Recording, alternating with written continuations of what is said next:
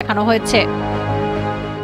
যে ফ্যাসিস্ট হাসিনার অন্যতম সহযোগী সাবেক অবৈধ মন্ত্রী জুনায়েদ আহমেদ পলক এবং কামাল আহমেদ মজুমদার এবং ঢাকা উত্তর সিটি কর্পোরেশনের অবৈধ মেয়র আতিকুল ইসলাম এসহ প্রায় 5টি মামলায় তাদেরকে বিজ্ঞ আদালতে উপস্থাপিত করা হয়।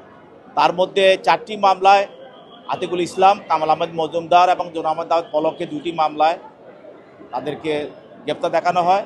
আর একটি মামলায় জুনায়েদ আহমেদ পলককে 7 দিনের রিমান্ড প্রার্থনা করা হয়। সেদিনে তার বিরুদ্ধে 4 দিনের রিমান্ড মঞ্জুর করা হয়। এটা একটি হত্যা মামলা। সেটা আপনার হানিফ ফ্লাইওভার স্টোরে ফ্লাইওভারের সামনে গত 5 আর 24 তারিখে ছাত্র জনতার আন্দোলনের সময় তাকে গুলি করে ওবায়দুল ইসলাম নামে একজন সিএনজি চালককে হত্যা করা হয়। ওই মামলায় তার বিরুদ্ধে 4 দিনের রিমান্ড মঞ্জুর করা হয়। আজকে জুনায়েদ আহমেদ পলককে যাত্রাবাড়ি থানার মামলা নম্বর 26/9/24 তাকে 7 দিনের রিমান্ড চাওয়া হয়। এবং এই যে মামলাটি হয়েছে মার্ডার মামলা, এই মামলার বাদী ছিল মরিয়ম বেগম, তার ভিকটিম হচ্ছে তার স্বামী, তিনি একজন সিএনজি চালক। এবং এই ঘটনাটার তারিখ হচ্ছে 5 আগস্ট এবং সময় হচ্ছে দুপুর 1:30টা। জুনায়েদ আহমেদ পলক 5 আগস্ট সংসদের মধ্যে অবরুদ্ধ অবস্থায় ছিল এবং সেখানে তার জীবন আশঙ্কার মধ্যে ছিল। এমন সময় এবং একই দিনে তাকে এই ধরনের মামলায় আসলে সম্পৃক্ত হওয়ার কোনো সুযোগ নেই।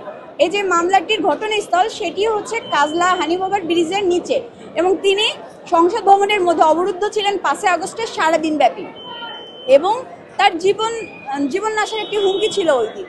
এমন সময় এই ধরনের মামলায় সম্পৃক্ততার কোনো সুযোগ নেই এবং তিনি জাতীয় নিরাপত্তা পরিষদ কমিটির কোনো সদস্য নন, তিনি আইন শৃঙ্খলা কমিটির কোনো সদস্য নন।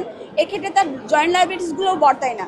তো আমার আসামি যেহেতু সম্পূর্ণ নির্দোষ এবং নিরাপরাধ, আমরা বিজ্ঞ আদালতের কাছে জুনায়েদ আহমেদের জন্য রিমান্ড বাতিলপূর্বক জামিনের জন্য প্রার্থনা করেছিলাম।